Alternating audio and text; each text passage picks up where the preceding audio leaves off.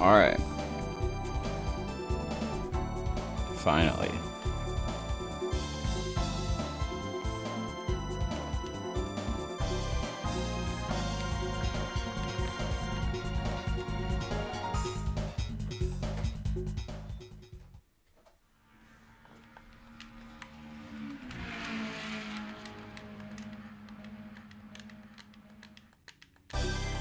Welcome to Mario Kart.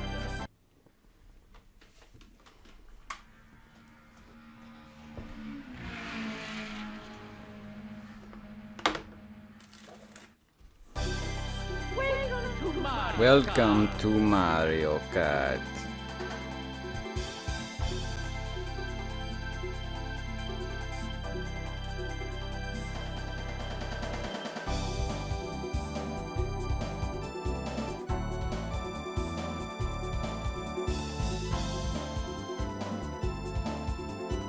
What's going down, everyone?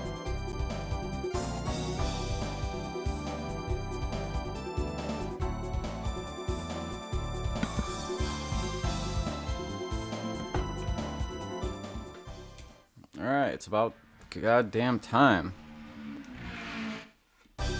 Welcome to the Mario Kart.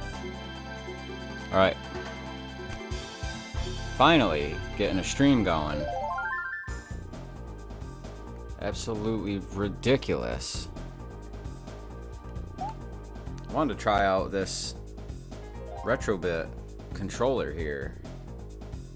This thing is beautiful, so I gotta plug my Rumble pack and the batteries back in. I wanted to see if the memory card works, which it obviously will, but I wanted to just make sure.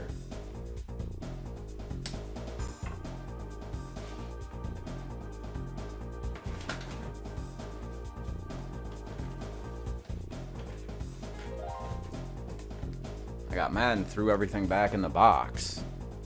The Dreamcast, I don't know what the deal was. I shut everything down, I turned everything back on. There was no audio. The audio wasn't coming back because when I was trying to mess with the 64, I wanted to play Nintendo 64.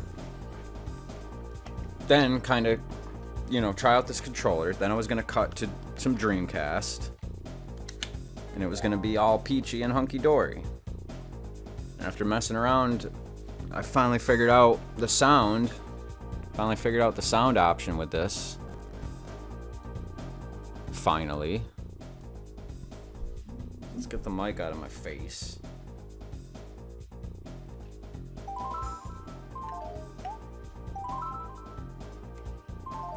Option.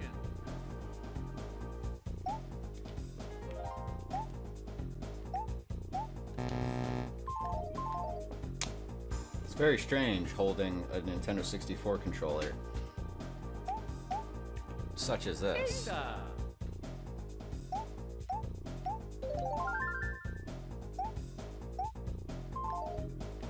Let's see how if my data is still on this.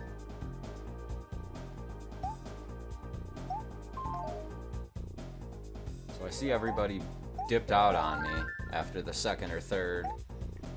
This is the fourth attempt at streaming here. I'm finally calmed down. So anyways, I was planning on playing some 64, then going to Dreamcast, and then maybe playing some GameCube. Had a few games in mind. All that went to complete and total-ish. But hey, here we are now. I finally figured out the 64 after unplugging it. Going back to the Dreamcast, there being no sound at all. Unplugging that, I shut my PC down. Unplugged the 64. Select your player. And finally. Let's see, I'll be Wario. Select match. This is a nice controller though. Thinking about getting the Retro Brawler, but I like the Hori style remake of this beautiful controller, which for those who might not be able to see, I mean, check this thing out.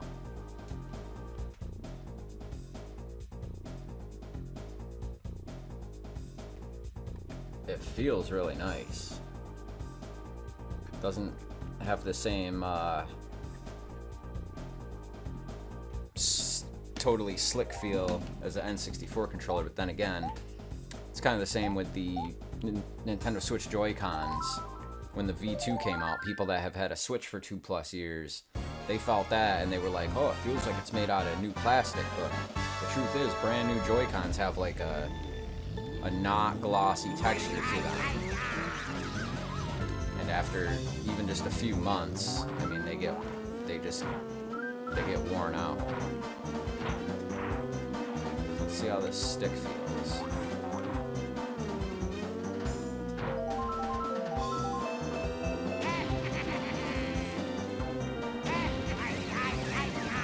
Alright, banana peel.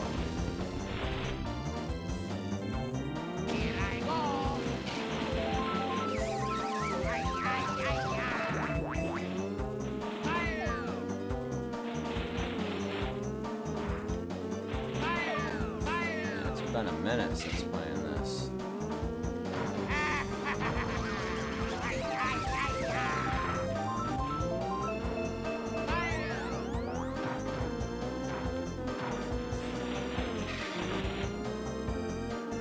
I keep going to try to hit the Z button in the back, but they're up on the shoulders, so.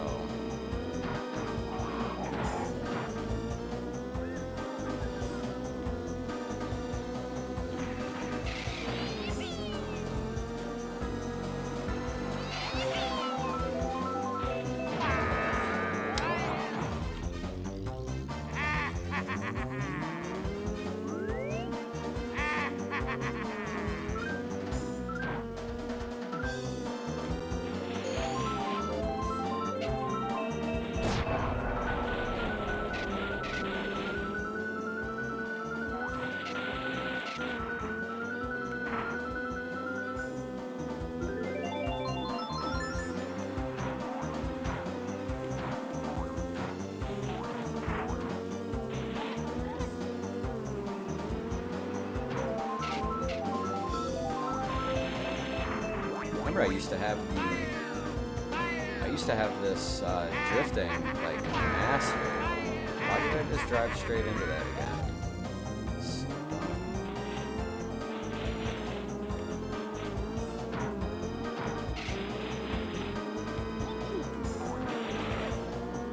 This is still just such a great game. What an upgrade from the original. The original's classic, but I didn't play it growing up, so I don't really honestly like it.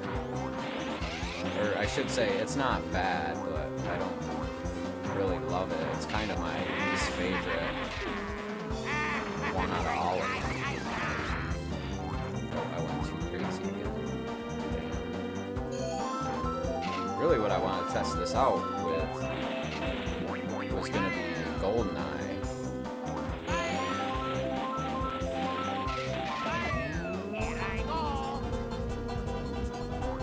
Here I go.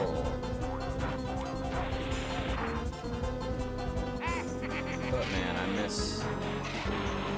miss the heyday of the 64. It's nice to go back to. I don't have a lot of games, but I'm planning on getting just a small stack of some of the best ones. Hasn't been way too long. I've always hooked the 64 back up pretty much every year. Just about, anyways.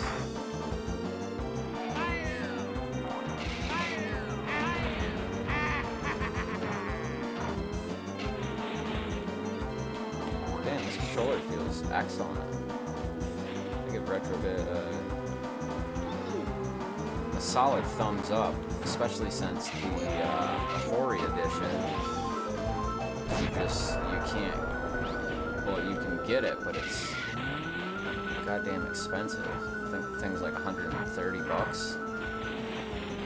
So it's nice to have a Hori style remake from Retrobit. Now I paid $15 for this controller. So that's goddamn brilliant.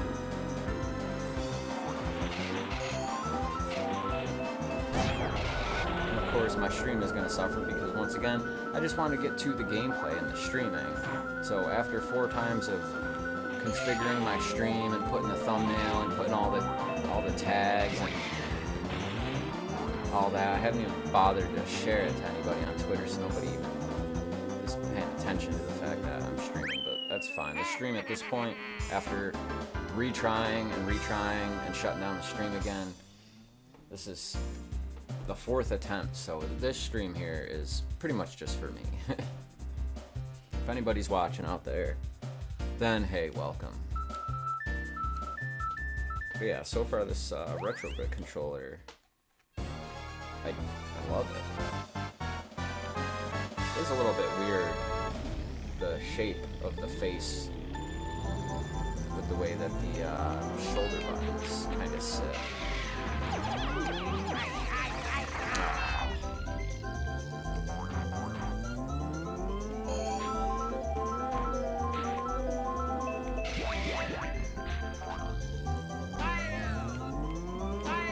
God, I need a 64 HD. For a second I thought this was a rock. Thought I was going straight to the rock, not a wall. And if there was any game that from the N64 that I would love to see, not totally remade, just completely polished and added to like a definitive edition, it would have to be probably Mario Kart 64. I think if they took the original assets and they kind of left most of it alone in terms of the racing, maybe they polish up some of the sharp corners to the tracks, they just don't really mess with the controls or the items to bring them up to today's standards. But if they just put like a slight gloss on this and re-released it, it'd easily be worth $40, $50.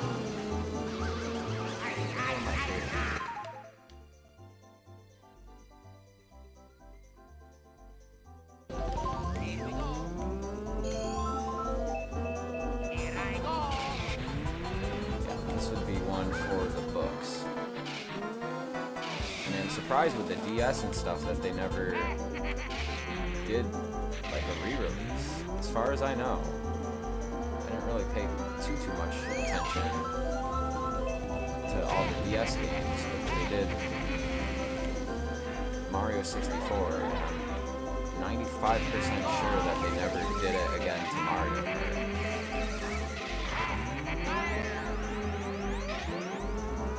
Get it. In this game, even the blue shells, you have a high chance of missing.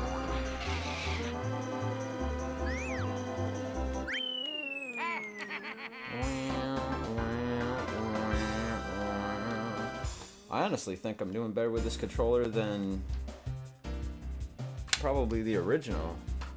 Feels nice to have a big fat GameCube style stick. And it doesn't have a very tight feel to it. It's got a pretty loose feel. So I thought about doing a video for this controller, but I don't know if I'm going to. I think it's kind of too late for that.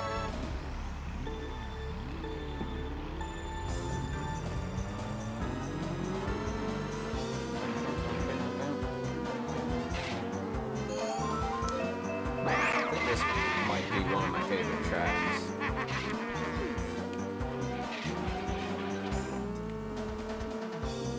I really hope we get Mario Kart Ultimate with some redone tracks. Maybe they go back and revisit all the originals. And what is it? The DS game, or even I don't think it's Mario Kart 8 they redid. How do I thought there was a button to reset yourself from the track. No.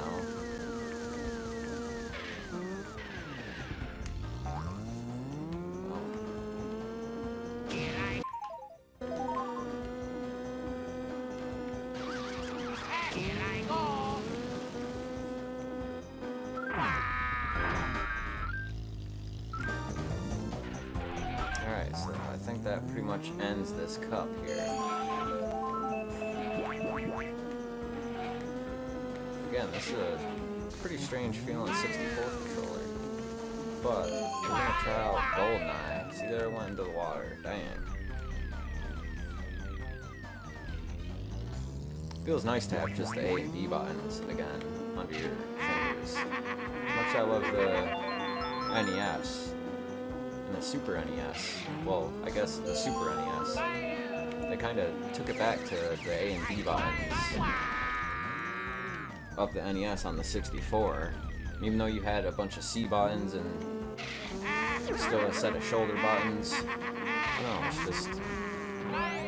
N64 was perfect for its time. And I love this machine. I'm glad I still have my original one, which I probably bought... Let's see... I probably bought it in like 98 or 99. Actually, the next time I see the friend that I bought it off of, he's like my best friend in like 3rd and 4th grade, when I see him again, I saw him a while back. I meant to tell him that, hey dude, you remember when you sold me your N64? Which I don't know if he would even remember that, honestly. If I tell him, hey dude, I still have your N64, he'd probably laugh. Because somehow he broke controller port number 1.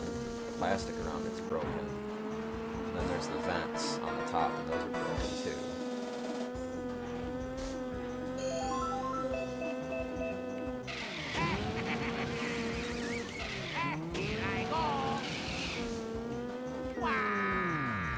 Wow, that was perfect.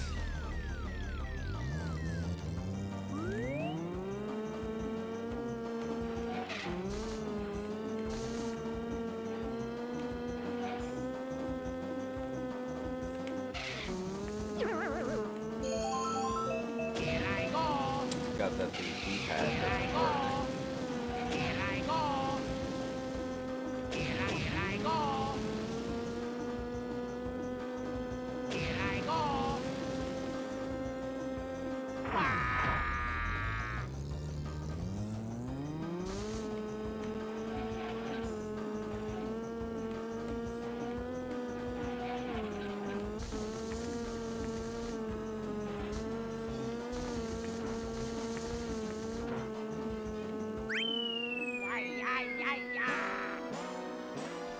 No frickin' ZD.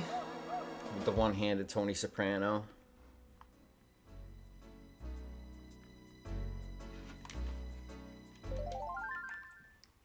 Oh, that sucks. What's going on, Chris? How's it going, man? What you up to? This is my 5th attempt here at trying to stream. I was trying to get this working. There was no sound. I tried the Dreamcast, and I had to cancel the stream. Then I was fucking with the sound settings, trying to figure out. When I turned the Dreamcast back on, I was trying to get the sound working for the N64. I started fucking with it. When I turned the Dreamcast back on, there was no sound. So then I shut that stream off. I started it all over again. Like I said, there was no sound for the Dreamcast, but I didn't realize until I restarted the stream again.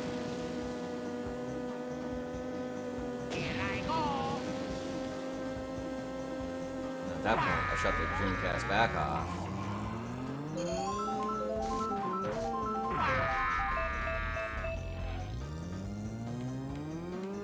Then I was going to go and turn the N64 back on, and at that point I said, fuck it. And then I unplugged the 64.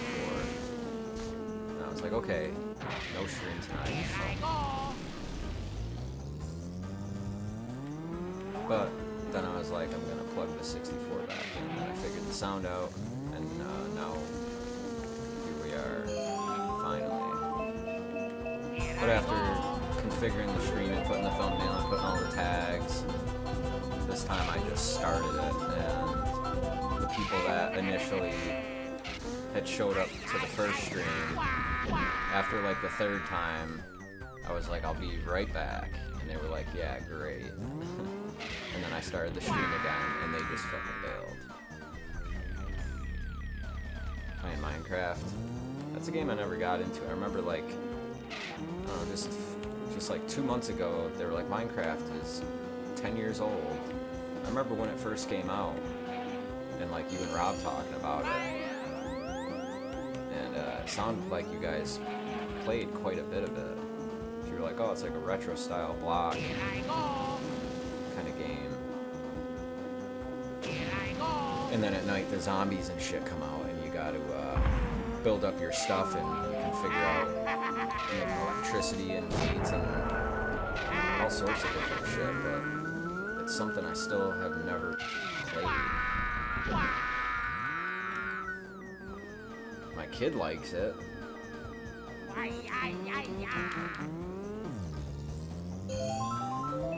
I go.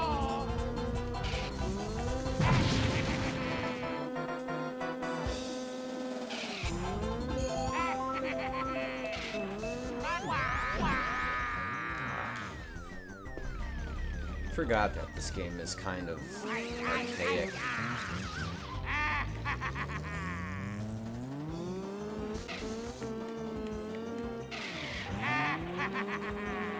It's weird because I'm using this new controller that I bought. And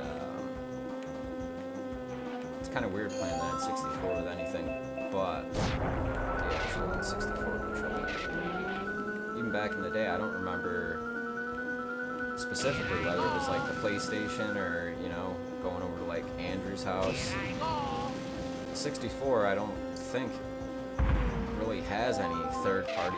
Well, it has third-party controllers, but they're like, I've never seen just a regular straight-up one. I never knew anyone that had them. I've seen some weird ones where they have like turbo and extra buttons and stuff. But in terms of the original, everybody just had the originals. I don't recall anybody having like a Mad Catz.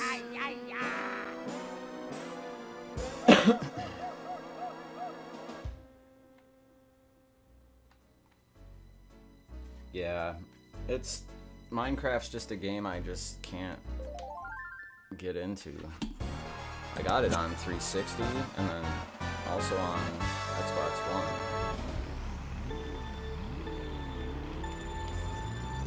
But it's just something I never got into. I remember downloading the demo on 360 and just kind of running around the environment, but I don't know, it just never was my thing.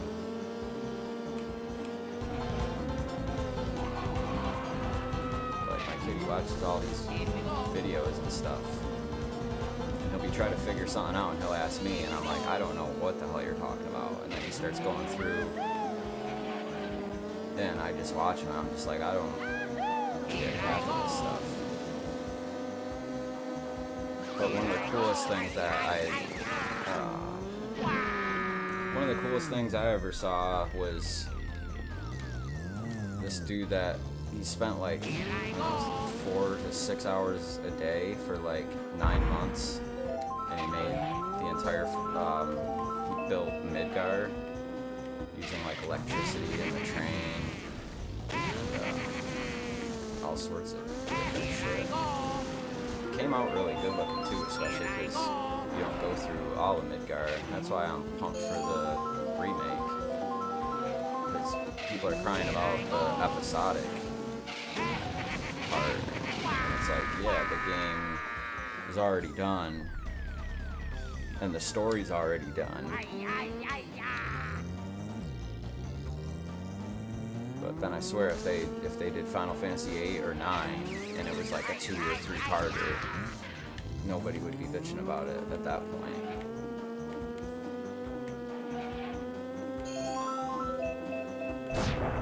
I think it's... I haven't looked at any of the footage for the demo. But I don't even have a PlayStation 4, but I'm getting one before that game comes out. As soon as that game comes out. Trucking through that. And then after that, I'll probably return the PlayStation. Come on. Same thing every single time.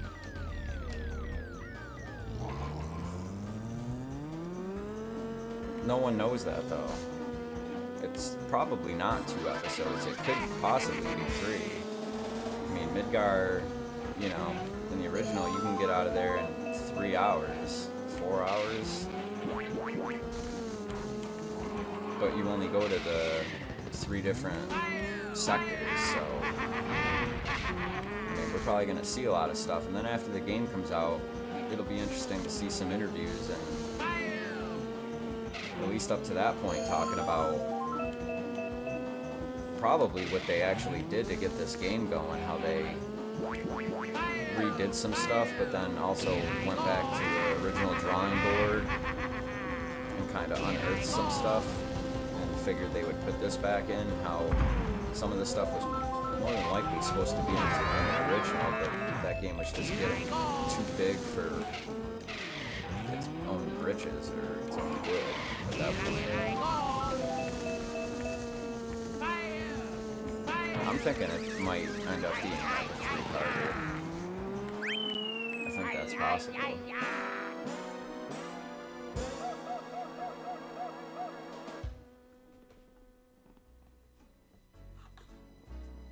Yeah, Google's saying that, but nobody knows. Like, Square hasn't even said it yet. Everybody's just been guessing.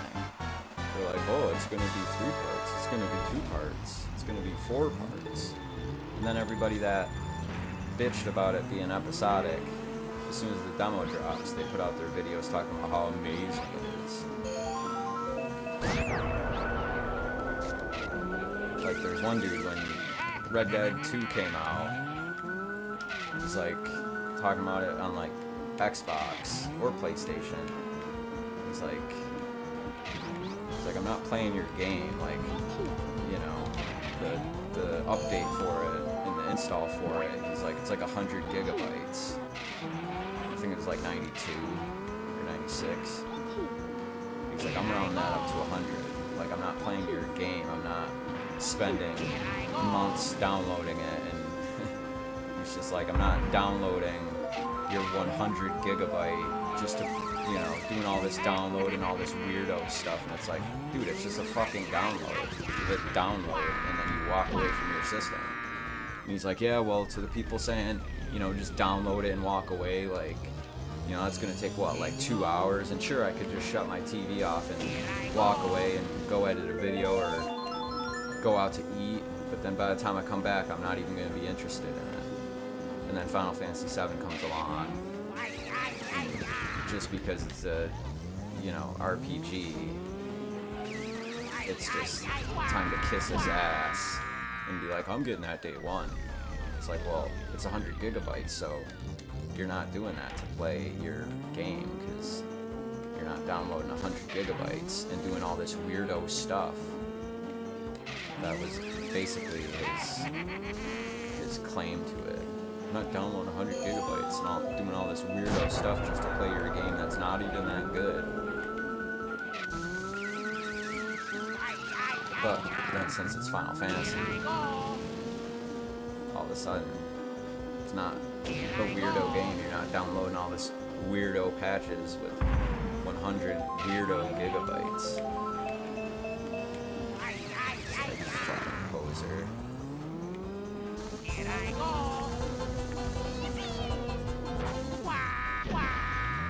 Wow, right in the goddamn water.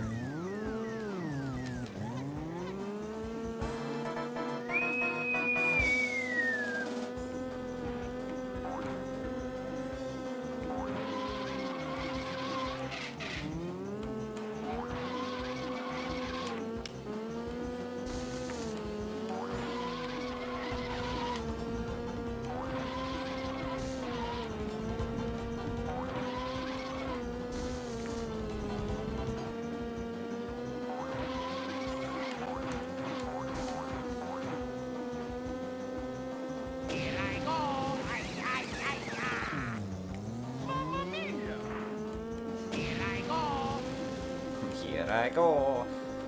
Mamma mia.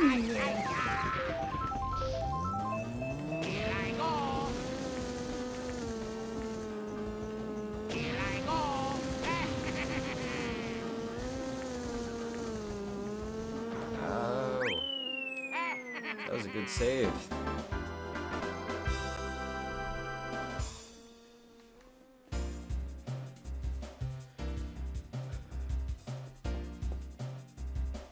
Well, I know you would have rather had 8 or 9 come back. Because after saying 7 was your favorite for years, you were like, yeah, fuck that. Cloud's a emo pussy. I remember. I've always listened to the music though. That's one thing I thought. I thought they might ruin it or take creative liberties to maybe like remix some of the music or extend some of the music, and that it was possible to ruin it, which it definitely was. And I didn't really think that they would ruin it, but it's kind of like with anything. It's not just like a HD polish they did. I mean, it made sense to do the combat like that, but like I said, I know about the combat. I haven't really watched it aside from when they first showed some of the game off. But there's basically 2 different modes to where you can do it and have it a little bit more classic, and then you can also have it more action, I guess. Fuck.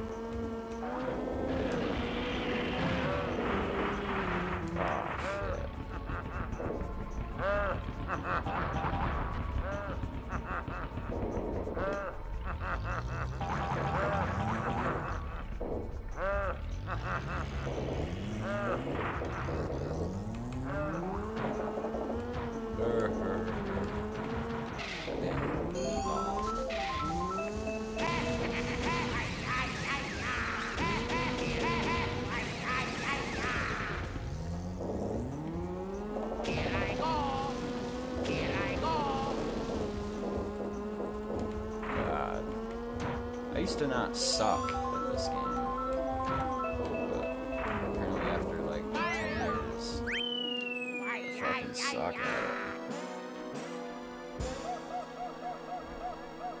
it. 7 doesn't look good. 7 looks fine. And then people say 8 is so much more amazing looking than 7. But I remember when I first played the demo for 8, and I immediately thought they weren't pre-rendered.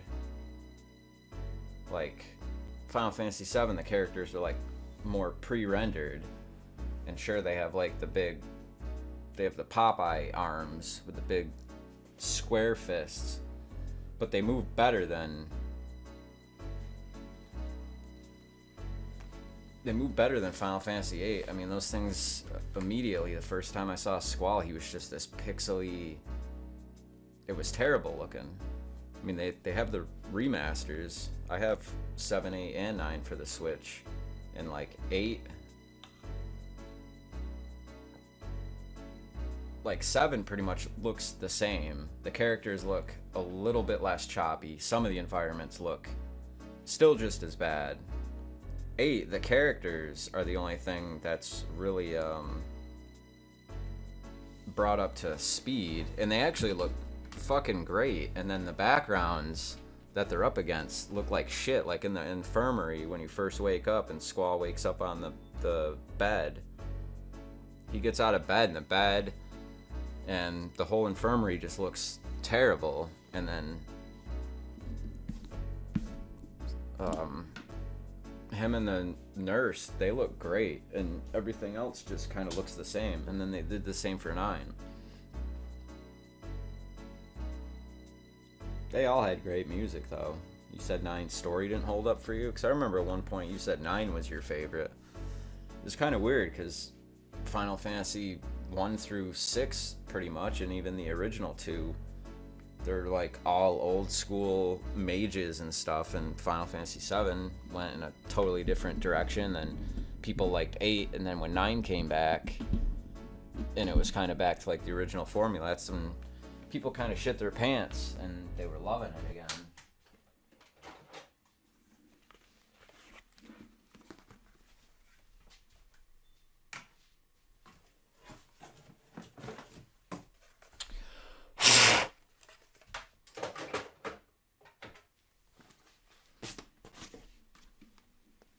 Come on, you bastard. They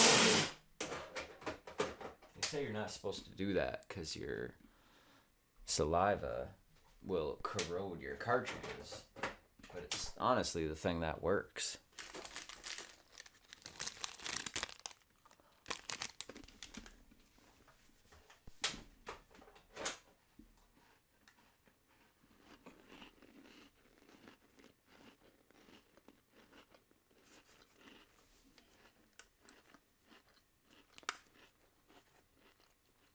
Damn.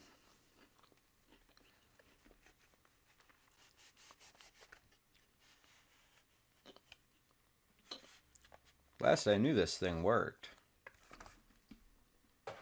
It's been maybe like a year or two, but it did work.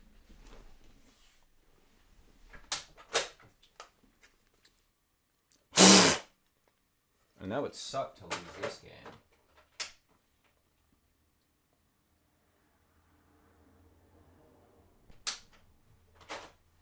Because I got my save on it. Yeah, the spit is the conductor. They say not to do it. Which, looking at this cartridge, I mean, probably like 3 or 4 of the pins. One of them is like really corroded, and it's on both sides. Doesn't look too good. Need to go get a Q-tip for this thing.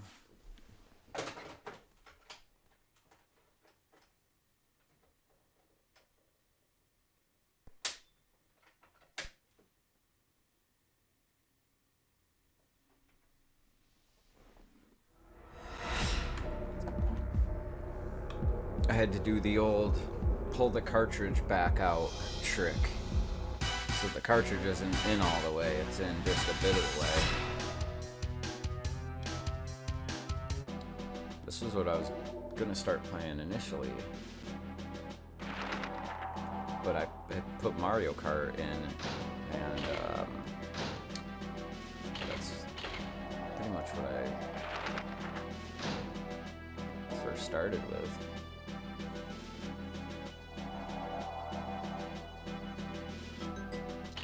Yeah, we definitely gotta chill.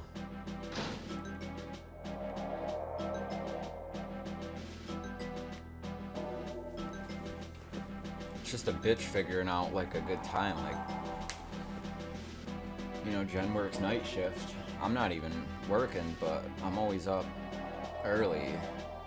Except for the past few days, I've kind of been not getting very good sleep and then taking like a nap like midday. Or like before school gets out.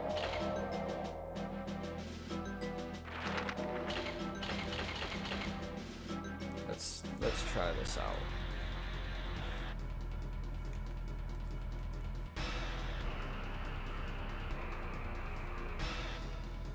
I've been trying to just get the Wii U going so I could put this on there because it looks pretty good on there. And there's like some shit you can do to make it just look smoother and cleaner. Because on here it looks a little bit better on my phone.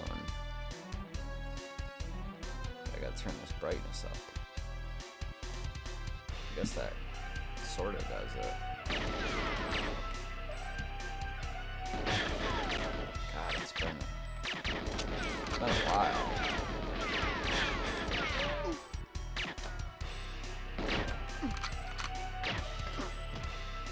Oh. And it feels so weird not using your thumb way in the middle, and then kind of using the D-pad with my right finger. And aside from the Virtual Boy, you don't ever use a D-pad with your thumb, or your right thumb.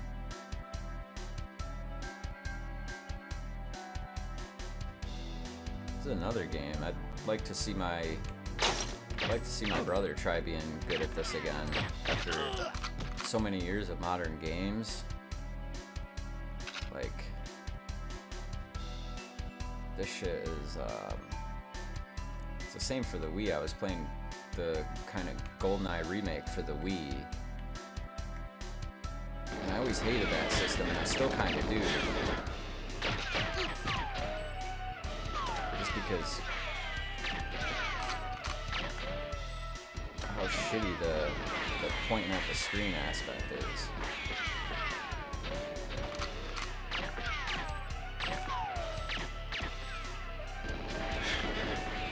Can't even see nothing.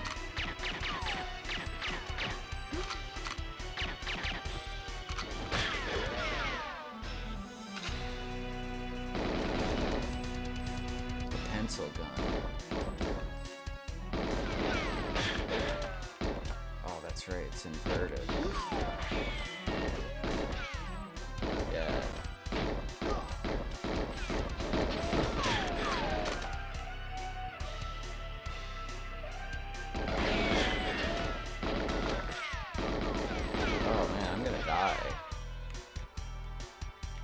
And it's weird using the C buttons. God, it's just been so long. What is it? Down.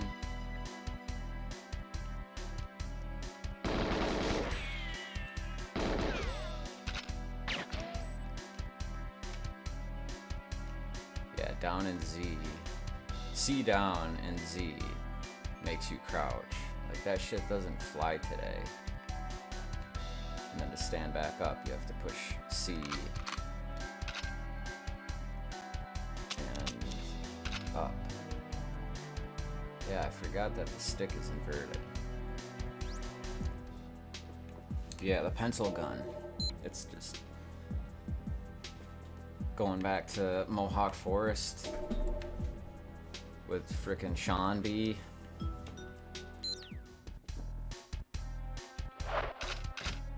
Oh shit. Yeah, that bastard, he still owes me Grand Theft Auto on the PlayStation 1.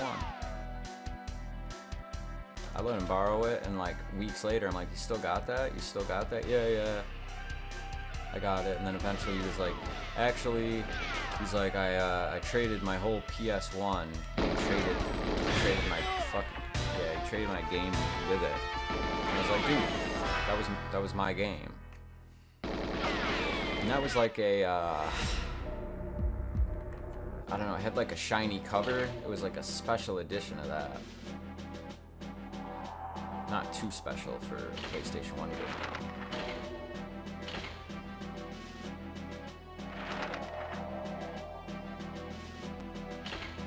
Yeah, it's very weird having a giant GameCube style thumbstick.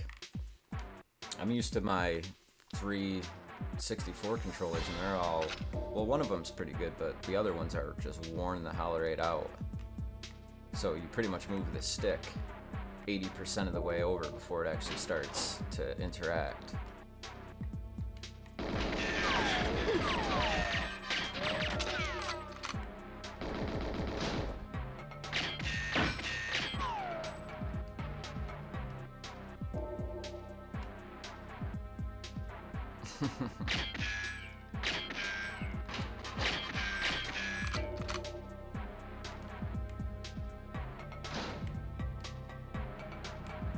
What? Where the hell did he go?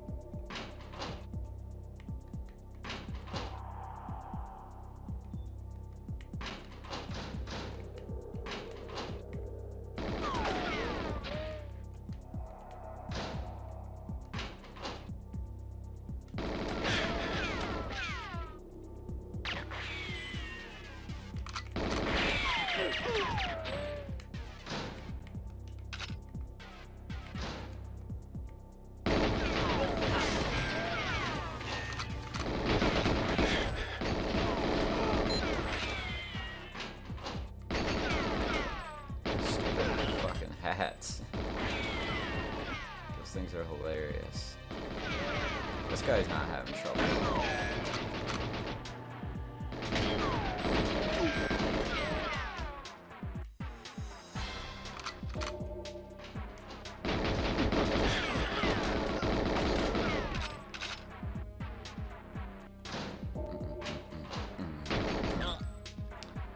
It's always funny how they always took that one sidestep.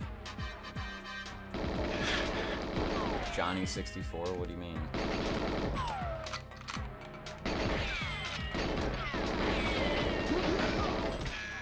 The cycle does continue.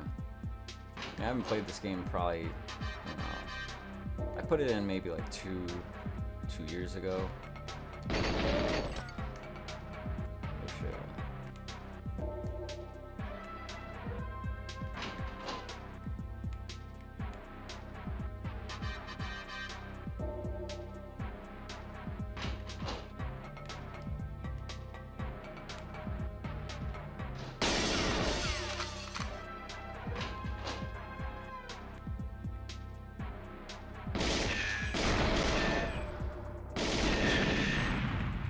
Sorry, I forgot these cardboard boxes explode.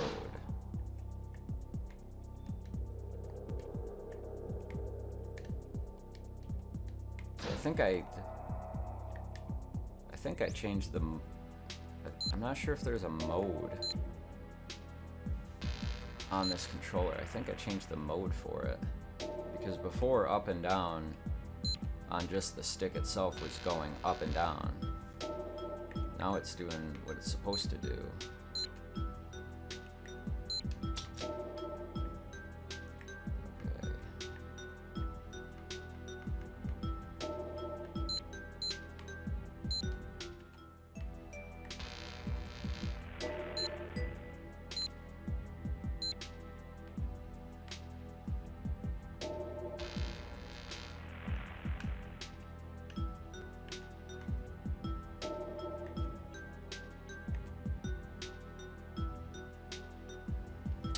Forgot Honey, Solitaire, Kissy, and Goodnight. I remember at one point I got decent, I think, at this one where you use the C buttons to move around. It's kind of like using a D-pad.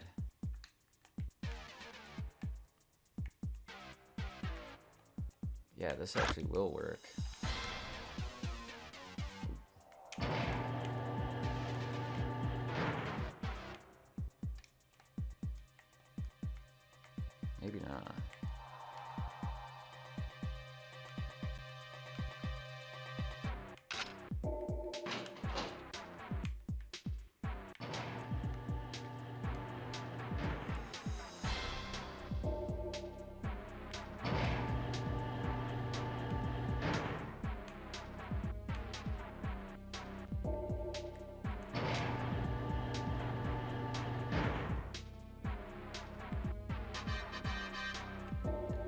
Alright, I don't think that'll work.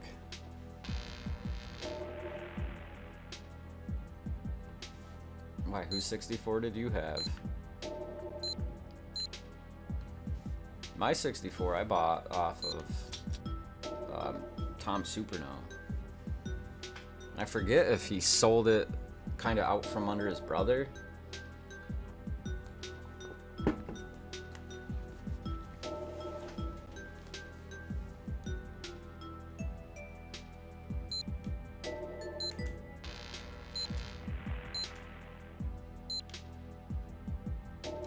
Alright, we'll go back to these.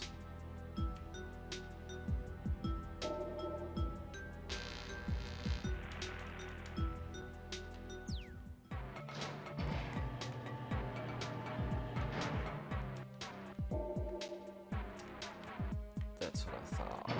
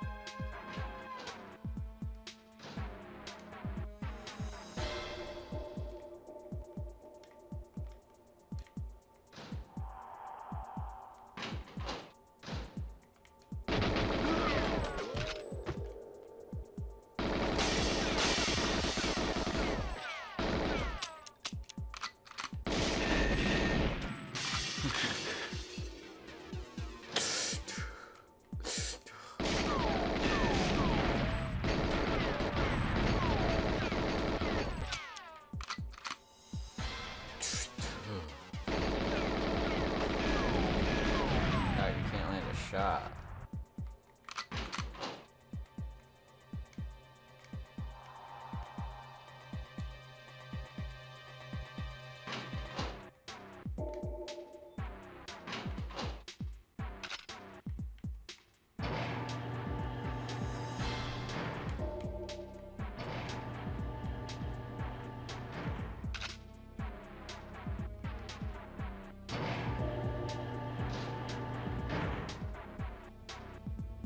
Did you have the purple one?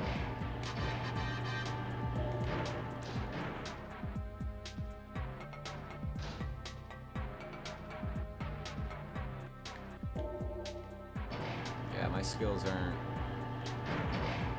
what they once were, but I mean, even after just a few minutes of playing, I'm like getting back into the groove. It's starting to feel a little bit more like it should.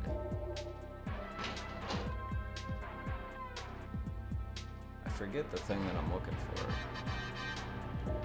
It's like the key card, but I'm pretty sure I killed everybody. So I think I'm just not looking at the ground. I used to remember just exactly which guy had it. I'm pretty sure it was back there. Like, I got the vest.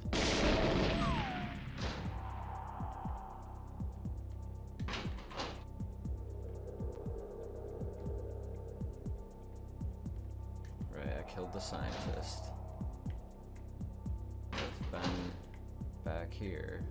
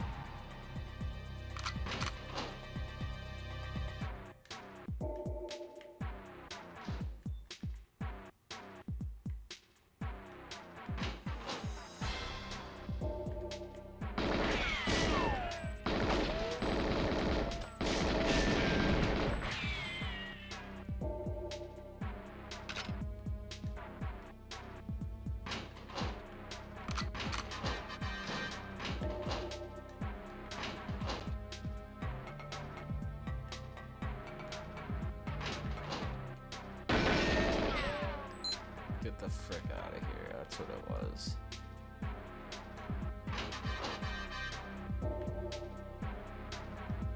I used to always chase the guy down and then shoot him. I forget where he goes running to. I think he went running back into that room. I could beat the silo.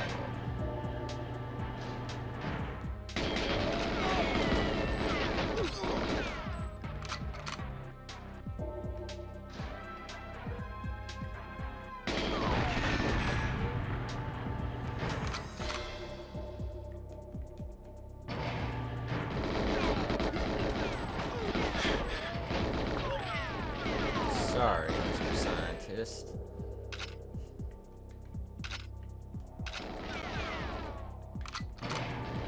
Thank you, scientist.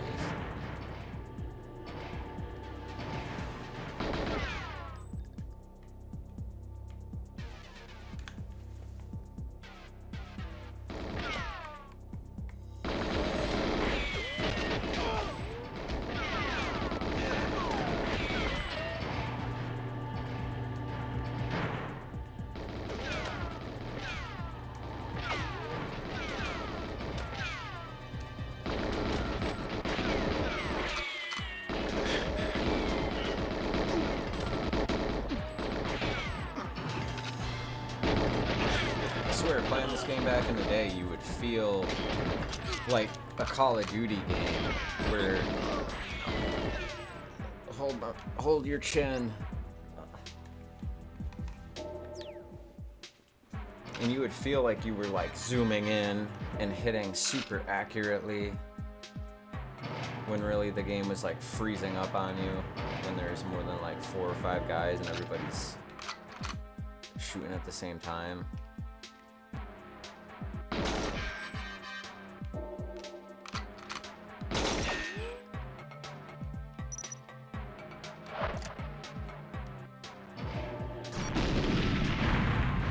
Take that.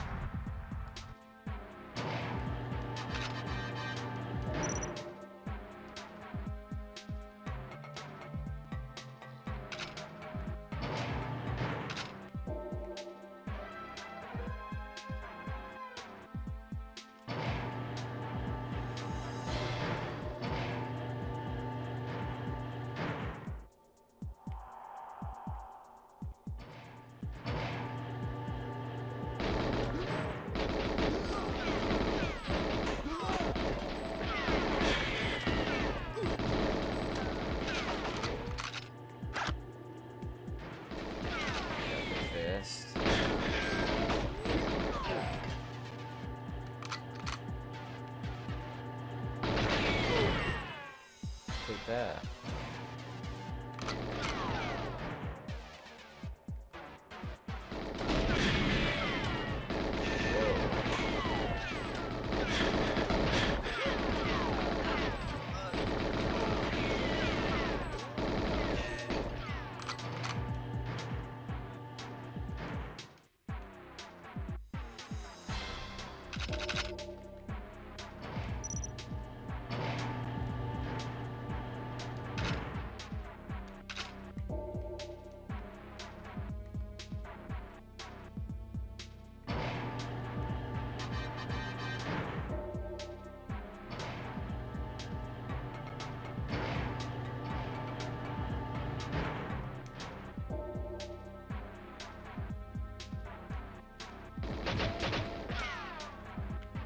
Time to leave.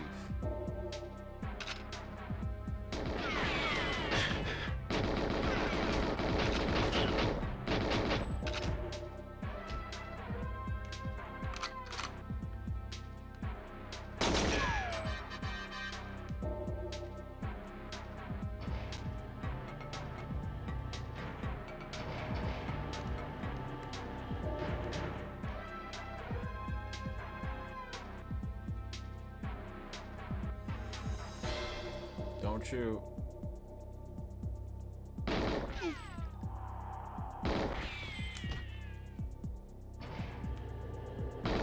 Just disappear.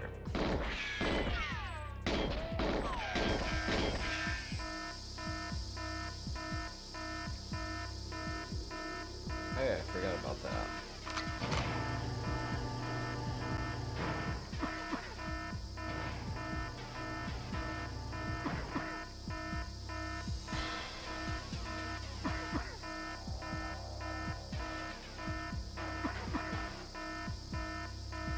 forgot that killed you. I used to explode the room with gas and then run away, but I think it's too late once you do that. So yeah, that was. I still want to see.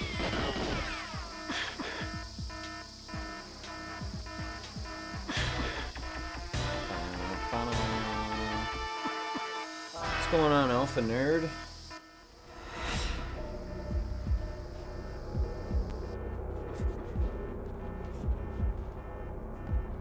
Yeah, what kind of acoustic guitar is yours? What kind is it?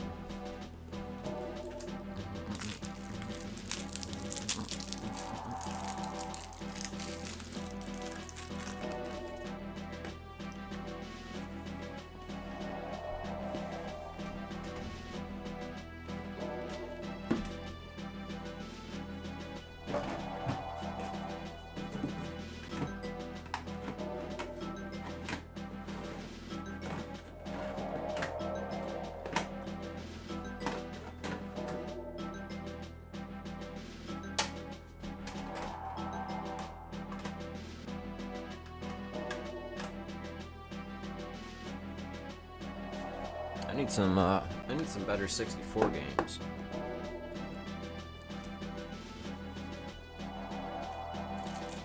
Where'd you get that Fender from?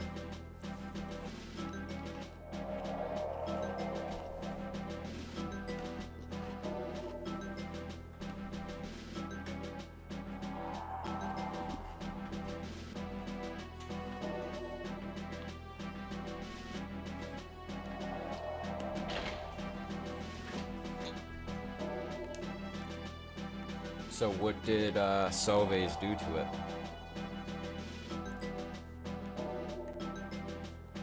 Did they like fix the bridge and stuff, or did they just tweak the neck? 'Cause I don't know what kind of shape it is, but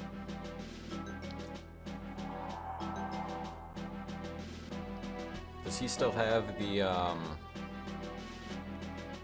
whatever that acoustic guitar was, the classic old one? One that smelled like a bottle of perfume.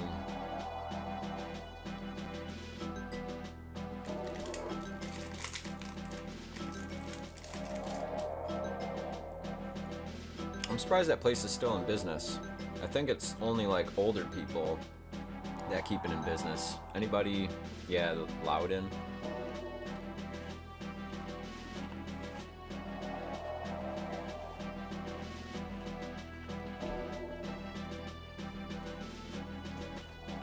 Because last I knew, I thought you had it. So hopefully it's still around.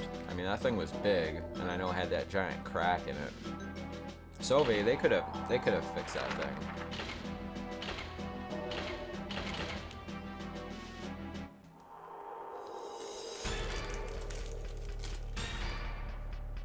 Here, have a cracker.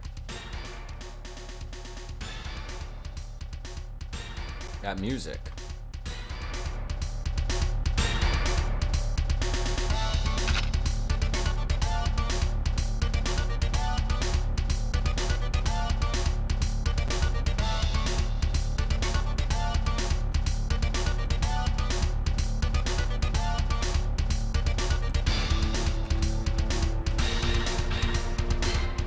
Why, how much would Solvay charge you for that?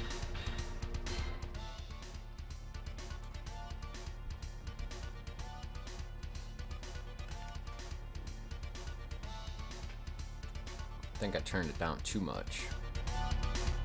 I think that's a little bit better.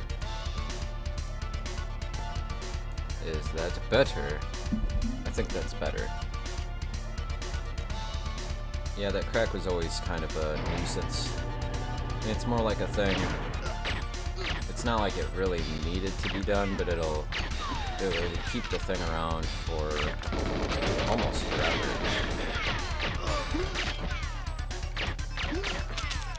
If I had a guitar like that, I might actually just try doing that myself. There's some pretty good videos on YouTube of like, I watched this guy take a, I don't know, the guitar's from like the 40s or something. And the thing was beat up, but he took like an acoustic with like a giant crack similar to that. And he went through and patched it up as good as he could.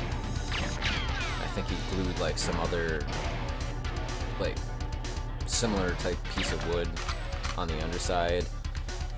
But working on acoustics a bitch, because you gotta use like mirrors and stuff just to see on the inside.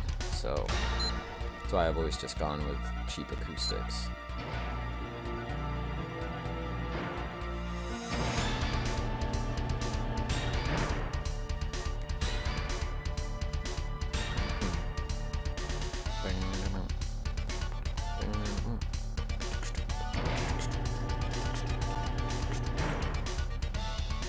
Oh wait, I came that way.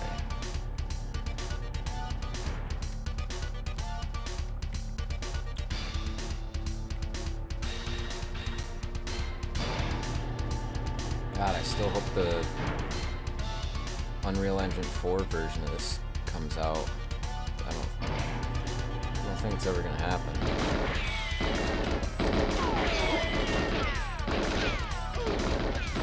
And there was another actual developer that was working on the remake to this, and it was the same thing. It got put on ice, but it was supposedly pretty close to completion.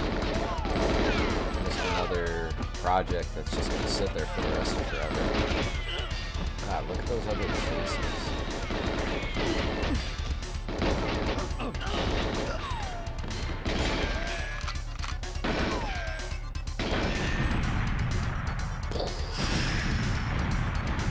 Yeah, I did see the Goya. I've had that thing for several years now.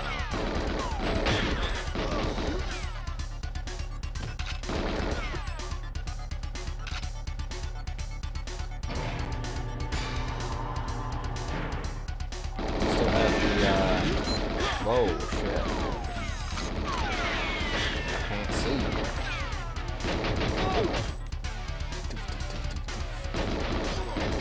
You still have the white Schechter that you bought from Matt Berger. I've been meaning to go down to his shop. He moved back to Eagle Street, which, I mean, they're called Eagle Street Music. When they first moved to Main Street, all I could think was like, man, you guys are paying a shit ton. I think their rent was like $18.99 a month just to be on Main Street, and they were there for probably a good 5 or 6 years. I always thought they should move back to where they were, which they're not at the same spot. I think they're one door up.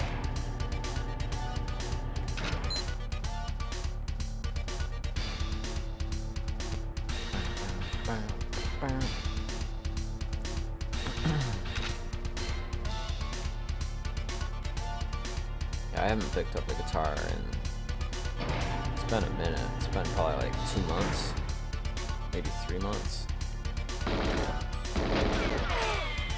I had a, I wish I didn't sell it.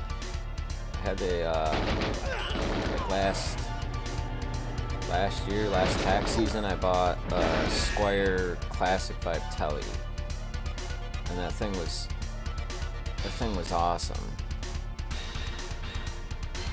But then I sold it to come up with some money for the fucking bills,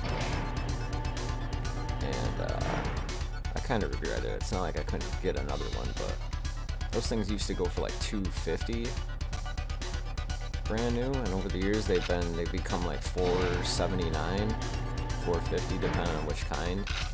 But for it being I think Indonesian made, or South Korea, whatever it is. For it being one of those, I mean, the thing is like a real guitar. You know how it is, you pick up like a $130 Squire, and most of them, for the most part, they can be turned into playable guitar. You just gotta sit there and mess with them. But when you actually play like a $500 guitar, you can actually see the difference in the quality. So having that thing was great. And then after I sold it, I was like, oh. And at the same time, afterwards, Jen basically bought me, it was like the same thing. It was a vintage modified 79. And it was it had like the F-holes. And it was the same, it was a telly. And I was like, this thing's nice. But like, I literally just bought a telly. I don't need 2 tellies. So I ended up bringing it back, and then I kind of used the money for that to get, what did I get? I think I got the amp that I had. I had a Fender Mustang 3, and that was a pretty good amp for a while, and then recently I sold that. So I don't really have too much guitar. I have like 5 or 6 guitars still, but the only amp I have is the old school, my dad's old one, which, funnily enough, now that thing, after sitting around for another 10 plus years, it actually works pretty good. It needs some work on it. And that thing's still like a potential death trap. And I still have the 12-string Dan Electro. That thing, I gotta get some real strings for it, like an actual 12-string electric pack. But that thing's cool. It's just old as hell. And I wish I could turn it back into a 12-string, because there's no tuning pegs on it. And I saw it's a close to brand new one of those. The thing is from 60. I think it's 68 or 67. And I saw another one that was the same exact thing. It was like brand new. It was the like blackish green color that it's supposed to be. And that thing brand new was maybe like, I don't know, $1,200 or $1,300 or something like that. It was in great shape. But I have two Squire Bullet Strats, and then I also have the Bullet Mustang, and that thing's pretty cool.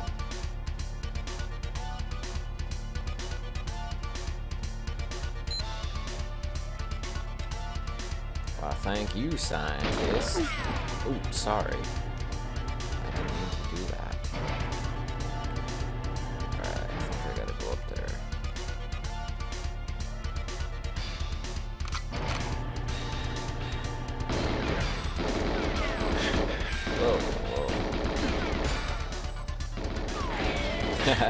I forgot about the tuck and roll.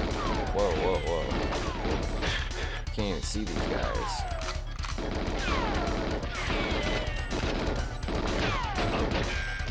Take that.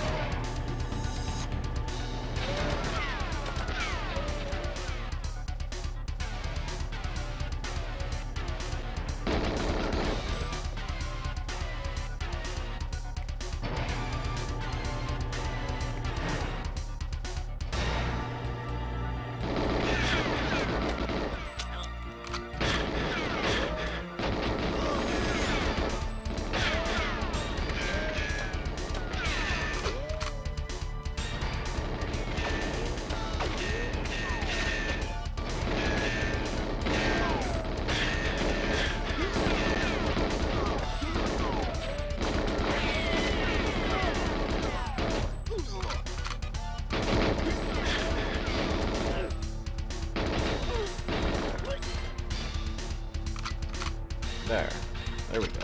Playing the old Tender. Do you still have that? I've wondered what happened to that. At one point I was like looking into a bunch of different amps, and I tried to figure out just what kind of like model or when that amp was actually made, and I couldn't find anything about it. I was trying to find some kind of info or seeing when it was made, and I was trying to type in like what it looked like with the 4 like push buttons on it. So I mean, I don't know if that's like a I forget what the settings were on. I haven't seen that thing in so long. But I'm guessing it's like an early 90s maybe. It might even be older than that. I don't really know. But I'm not sure if it's like a... I forget what it had on. It had like bass, guitar. So maybe it was like a keyboard kind of amp. Oh shit. Or it was supposed to be like an all-in-one kind of like practice amp where it was like you could plug in like a keyboard or guitar or bass or sing into it. Because like out of all the online stuff, I mean, like I said, for a while I was getting into looking into like the history of like Fender and like amps and stuff, and I've never seen that specific amp come up in any forums or anything like that, so I don't even know what it was even called. I forget. It was just, as far as we knew, it was the Tender. That's not a model name or anything, so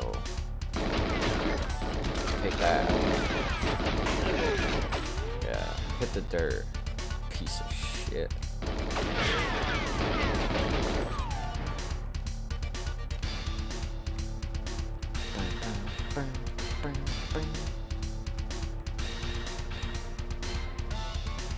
Guy doesn't even see it coming.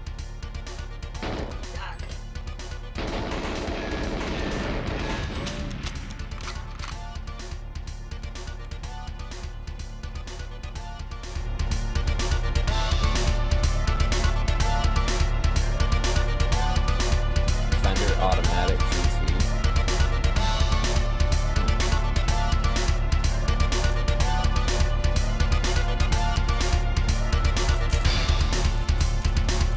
Oh, there it is.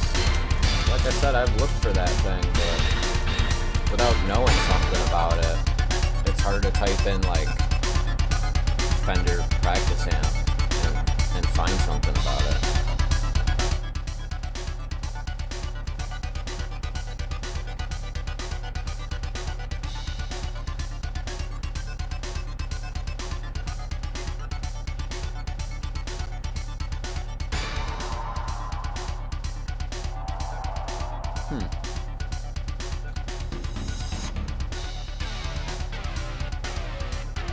It's kind of interesting to see that again.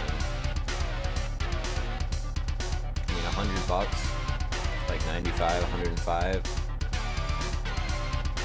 I mean, he's looking like decent shape.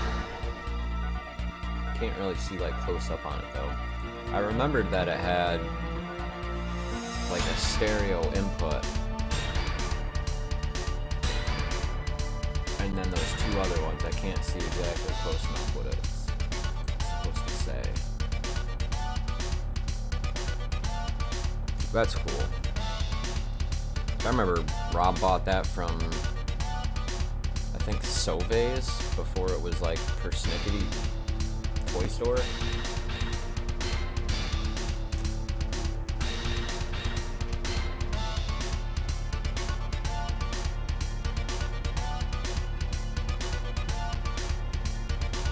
I think that's where he got it.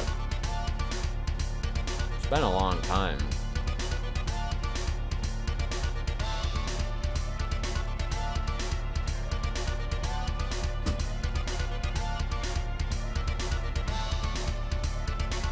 Are you sure about that? 'Cause I thought Rob bought his bass and then was like desperately looking for an amp. And you and me would like kind of roll your eyes like, Rob, you're not gonna be a bass player. And he's like, I'm gonna play Mario. Huh, I don't remember that. Cause like, I was with you when you got that thing. Cause you traded to what's his name for the Xbox. Wait, I don't wanna do this again.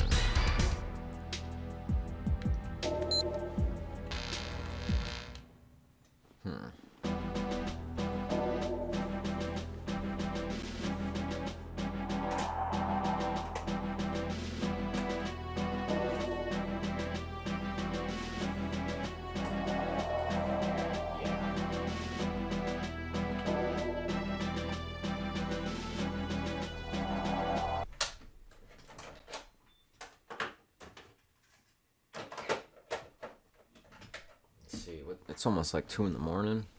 No, it's only 1:10. That's not too bad.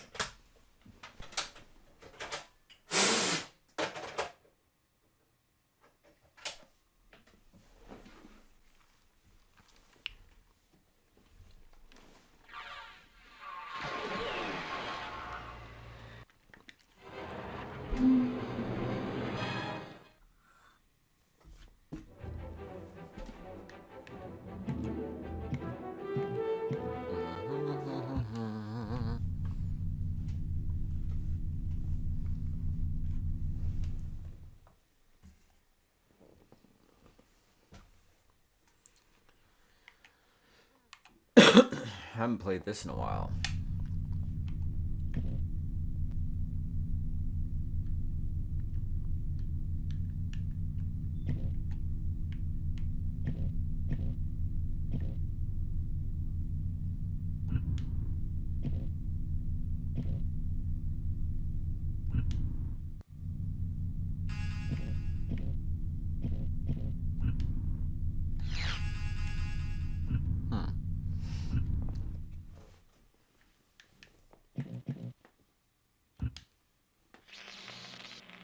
Let's buy some parts.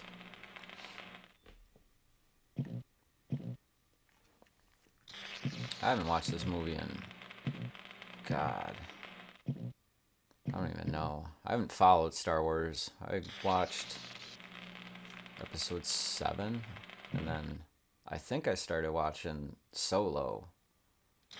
I fell asleep, but I didn't watch the last one, and I didn't watch the new one, because people have just bitched about how not great it's been.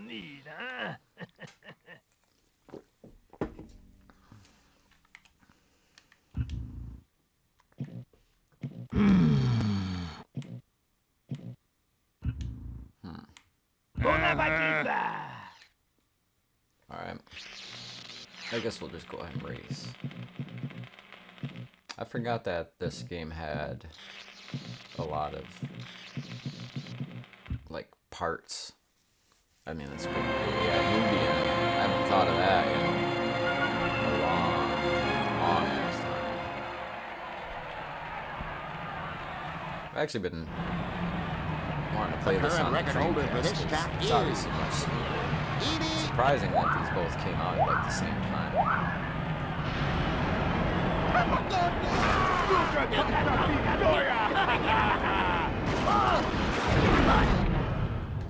Oh, that's right.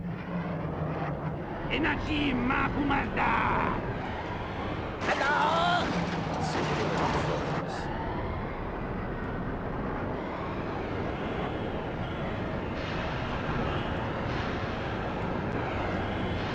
This game did not age very well on the 64.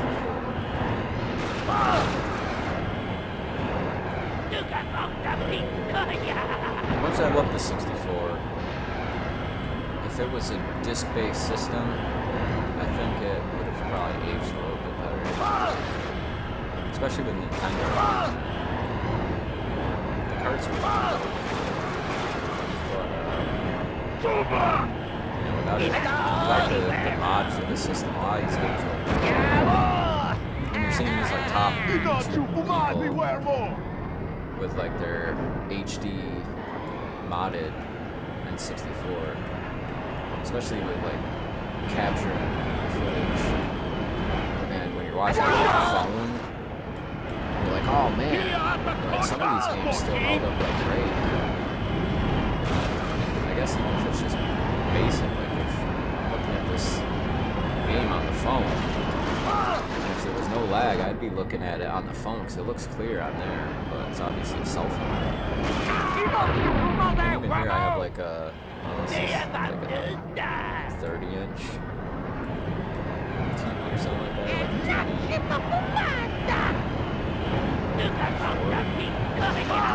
I forget the. Back in the day, I knew like all the TV sizes. It was like standard. Not on the HD though. You get like a 23-inch, or like, I don't know, the sizes are different.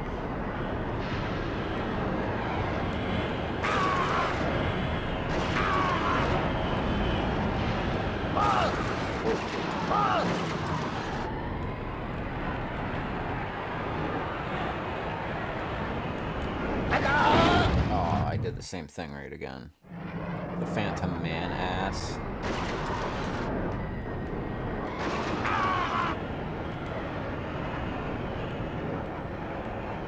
PC game. There's a lot of Star Wars games though. And then people kind of just talk about specific ones like KOTORs, like the bigger ones.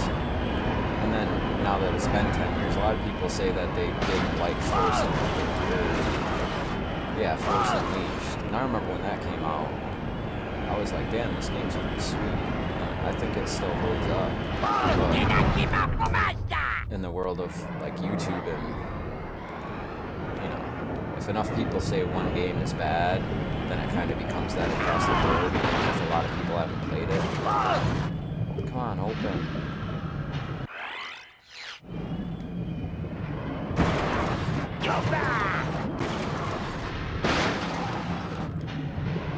Well, that's it for that.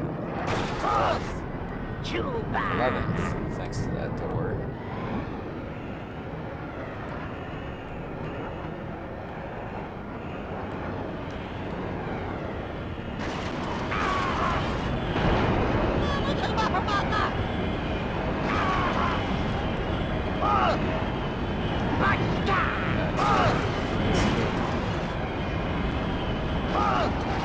This controller isn't good for doing side twists. You gotta use your pointer finger.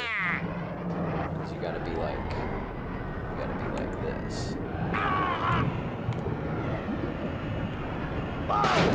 Just to do it. Yeah, I thought Force Unleashed was pretty good. The second one, I was hoping for more. The environments, some of them were like better looking. Like the ones like the Wookiee planet. I forget exactly because I played a lot of the first one. I had the second one. I had both of them. And the second one I played once, and I forget exactly who I let borrow it, but they kept it, and I never fucking got it back. And then I never played it again. And I still had the first one on 360. And then I have, for some reason, I never played it, but I have 2 copies on the Wii.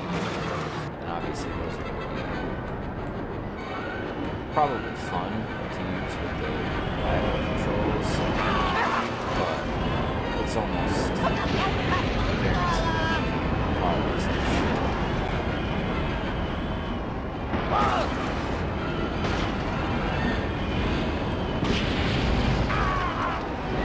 This feels like way more than 3 laps.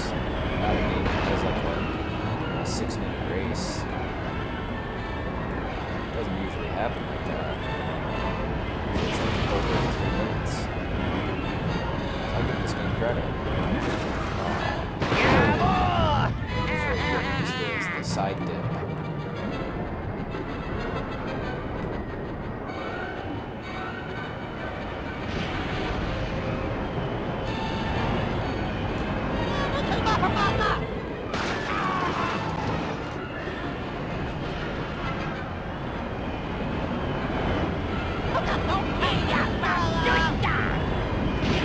Those graphics.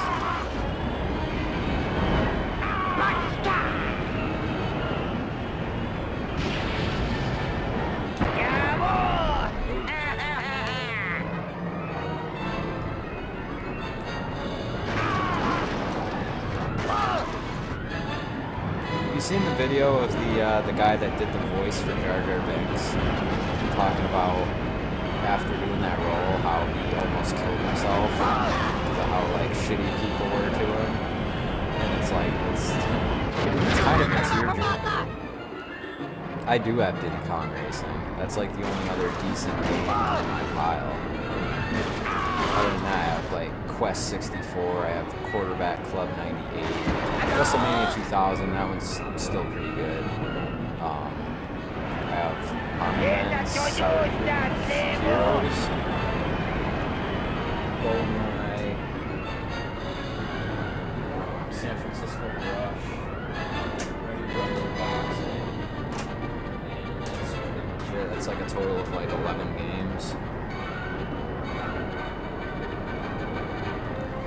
fog. Which one are you talking about?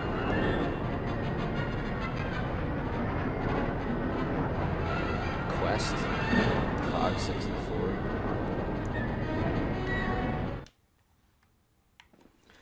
I mean, the N64 is known for its fog, because the draw distances fucking suck.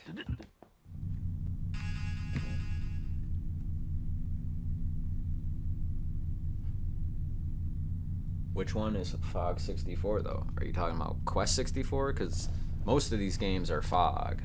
Or are you talking about Diddy Kong? Because Diddy Kong is...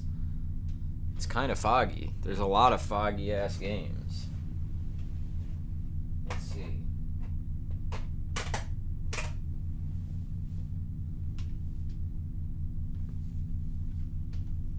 You want Quest?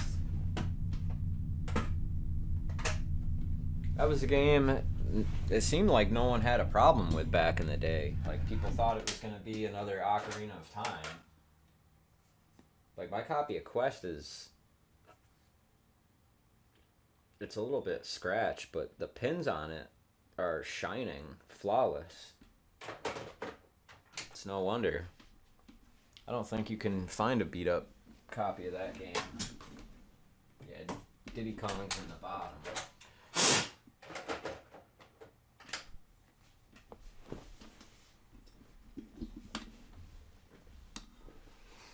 Draw distance of an eyelash. I mean, I remember my brother had this game, and I watched him play a little bit of it. It didn't seem like anything I was into. But occasionally I would kind of play like his games in his collection. And I remember playing it one time, and I just thought the same thing. I was like, it's not really grabbing me. There's a little bit of story, and then you're supposed to go here, go there. You can't really totally tell exactly what you're supposed to do, and it's not really that great. But it seems like a lot of people bought it back in the day thinking, because it came out after Ocarina of Time, so it seems like a lot of people thought that it was going to be more of that. It didn't turn out to be that, but they still played it, and then years later everyone's like, that game fucking sucked.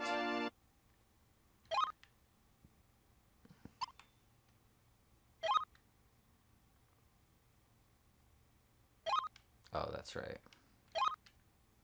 Pretty sure I have a save of this though on my memory card.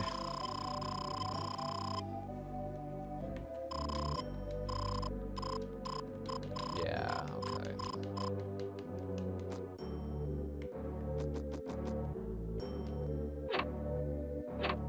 I mean, it wasn't too bad. It's just kind of, I mean, it's colorful. I think it just needed a little bit more time to be fleshed out into like a super grand journey. Like I said, I remember my brother getting, I'm not sure if he beat the game or if he just got really far, but let's see.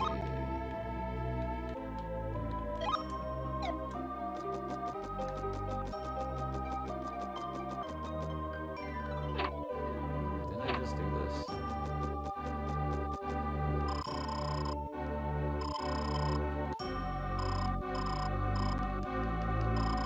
Why am I playing this?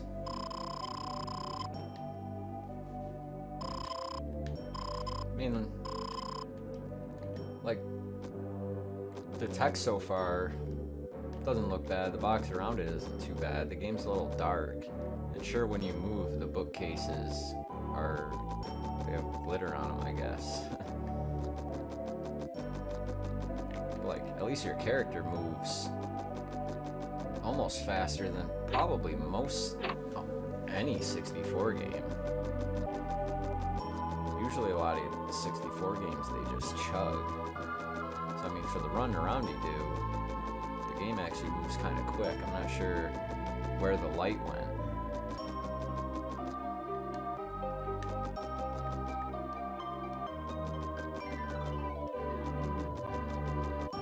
I I can't see shit on the TV. That's a door, okay. Wow.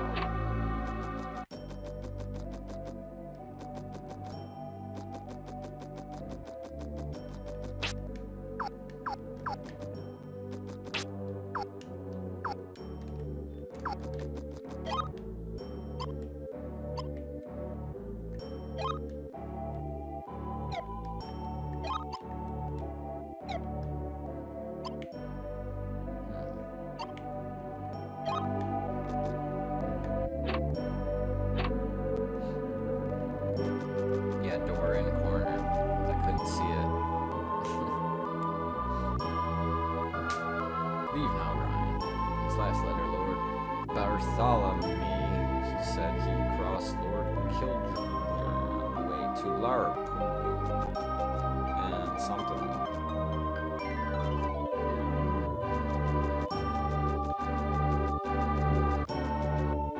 So you should have been able to jump.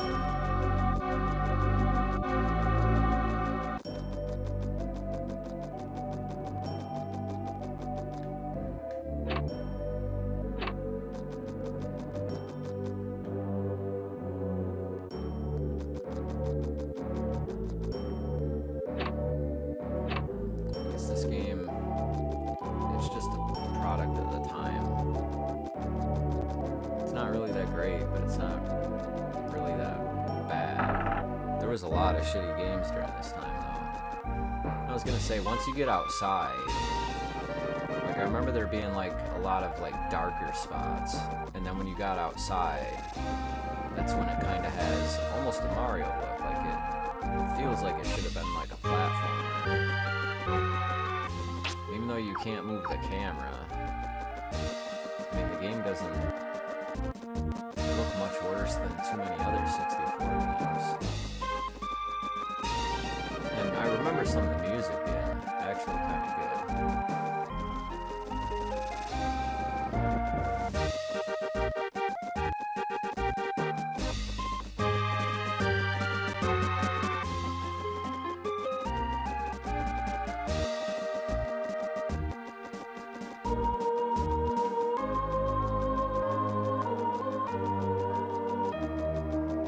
There might have been a spot with a bunch of fog. I mean, it's the 64. I'll imagine at some point there probably was some foggy area where it just wasn't needed, and it just made it look worse. See what I mean?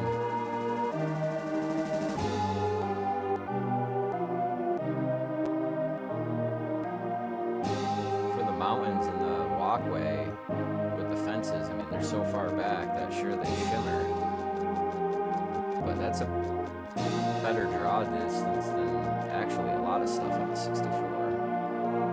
It doesn't look all that hot.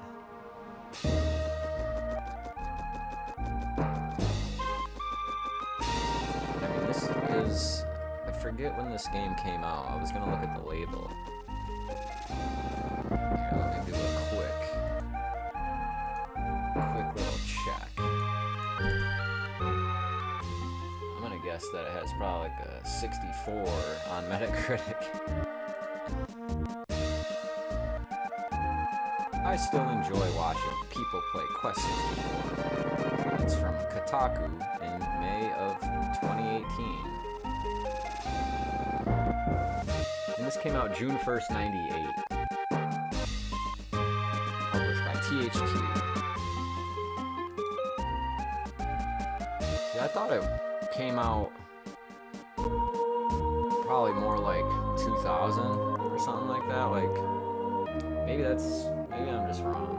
Similar to Chrono Trigger, when the player character encounters enemies, instead of changing to a separate battle layout, the game simply locks the player character into place and the battle proceeds. Traditional level up system development. The game was titled to be called L-Tale in Japan and Holy Magic Century in all of the regions. It was exhibited at Space World 97. Because the North American and PAL releases of the game were considered too short and easy, Imagineer added new events and tightened some of the repetitive gameplay for the game's Japanese localization. Expectations were high for this game, as in 1998, when the game released, Nintendo 64 didn't have any RPGs. And that was basically the big problem with 64. It's weird, there was so many RPG fans that ended up with a 64 that just kind of went without for several years. Did it just lag? No, I don't think so.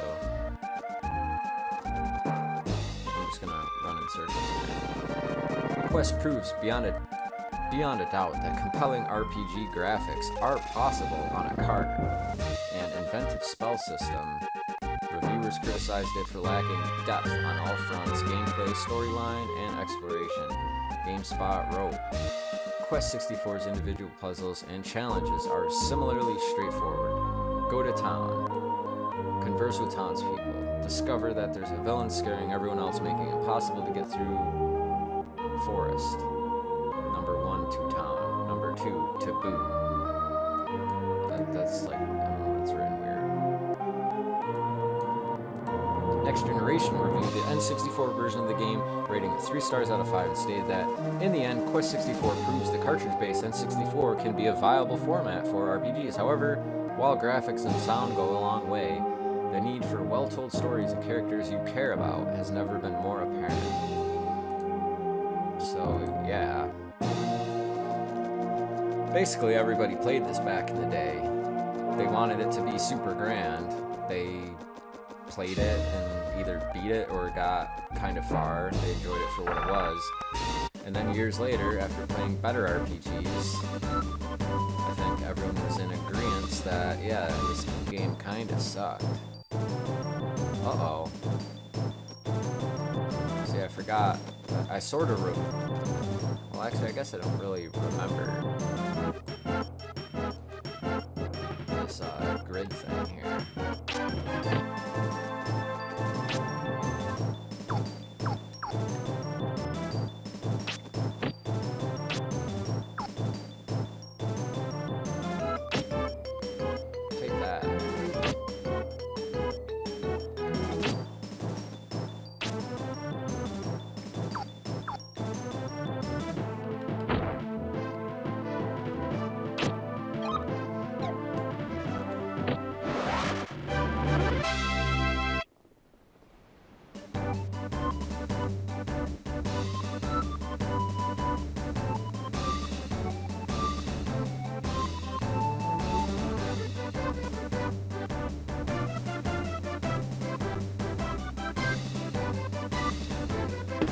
I remember my brother getting this at some point, but if it released in March of '98, when did Ocarina of Time come out? Because that was also '98.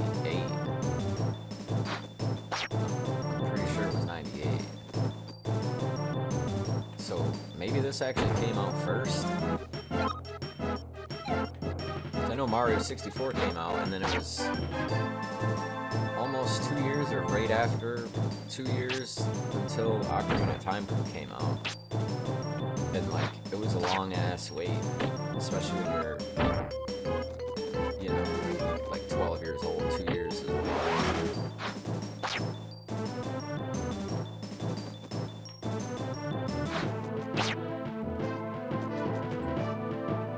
Yeah, so this game came out first, which I did not know. Like I said, I thought this was late 99, mid 2000, something like that, because games were still coming out in 2001. I mean, the GameCube came out in 2001, holiday of 2001? Or 2002? I forget.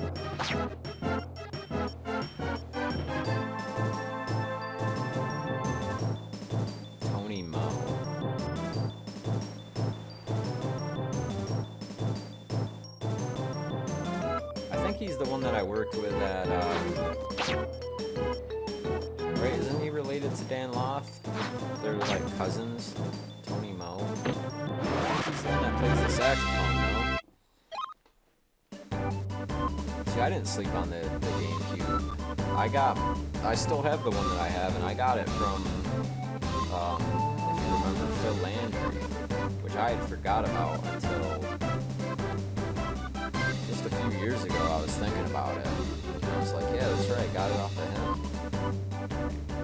And I had the original Xbox at one point, and I forget who I sold that to. That's like one of those things I don't even remember. It'd be cool to get an original Xbox again. I mean, like, you had yours and you got rid of it for the Fender. But at that point, it was kind of... Like, I still played my brother's Xbox at the time. Aside from, like, Halo and... I can't even remember what games he had. He had, like, Dead or Alive 2.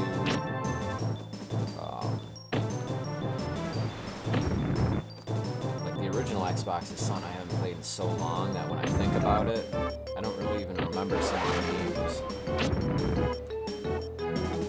Yeah, that's because I have it. I still got my Twin Snakes. That game goes for like $1.50 now. And like, I remember buying that brand new. My discs are still pretty much like brand new for that. I've thought about selling it for the money, but it's just too cool to have when it comes to rare GameCube games. For some reason, that is like one of them, or it's really sought after and expensive, not necessarily rare. But there's that, there's Fire Emblem, there's I don't know, there's a few others. Which I'm surprised you slept on the GameCube, because it had Wind Waker, but I'm guessing you were probably one of those people that probably didn't like the look of that when it first came out. I remember seeing it and thinking it was kind of more my thing. Like, it was almost at the perfect time where I wasn't really too much into Zelda. Like, I had tried playing, like, Ocarina of Time, and I want to say my brother deleted my game on it, because I was playing his. But it was almost at, like, the perfect... Well, almost at the wrong time, to where at that point, the way the graphics looked, I probably would have been more prone to being like, oh, I'd rather play the old ones that look badass and adult versus the art style of Wind Waker. But I don't know. A lot of people hated Wind Waker. I still really like Wind Waker. I had the PS2, but I wasn't, like, swept up by it. I mean, I remember, like, you and Andrew, like, going to, like, your dad's house and stuff. And I think PS2 was out even before, like, your dad and Marie moved to Mofo, or from Mofo. Because that thing came out in the year 2000.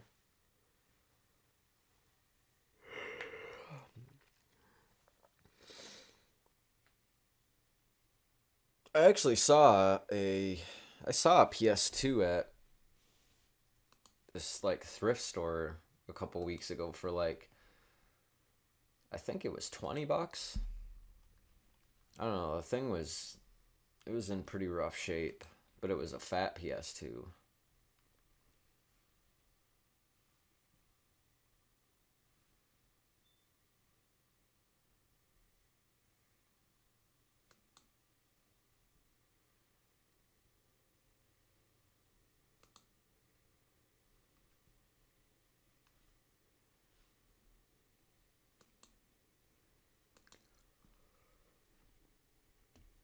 Oh, I bet. That's kind of gross. It was probably Phil's. Probably belonged to Phil. His freaking fat PS2 that he had. That thing was burnt out. Just like Phil.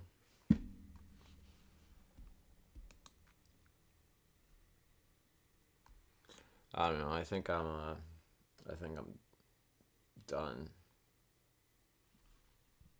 That was basically just a stream for you and me, because the first 4 times I tried, it didn't go so well.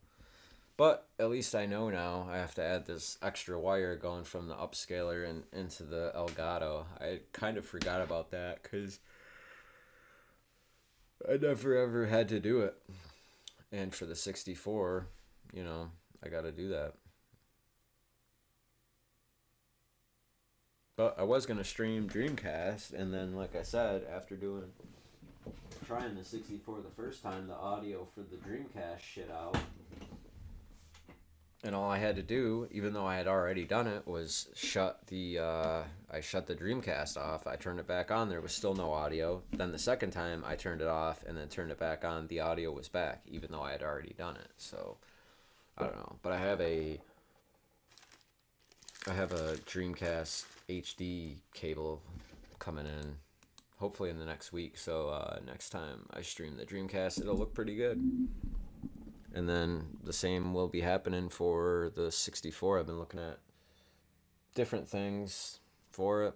Hopefully, my ultimate goal would be to get both of those, the GC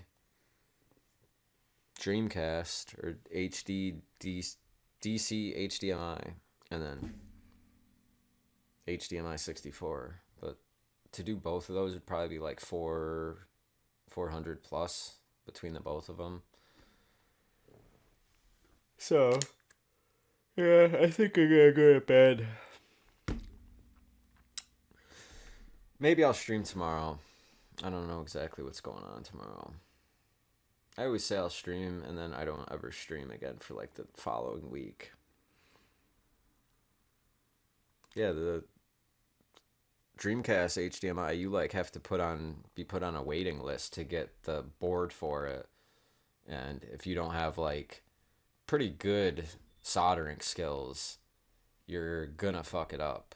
And then it's kind of the same for the 64 HDMI mod. That thing is like, I think it's like the same, it's like $175 just to get the part for it. And then it's the same thing where if you're good at modding, it wouldn't be a problem. I'm not very good at soldering, so my soldering, yeah, exactly. Peace out. Peace out, man. I'll see you next time.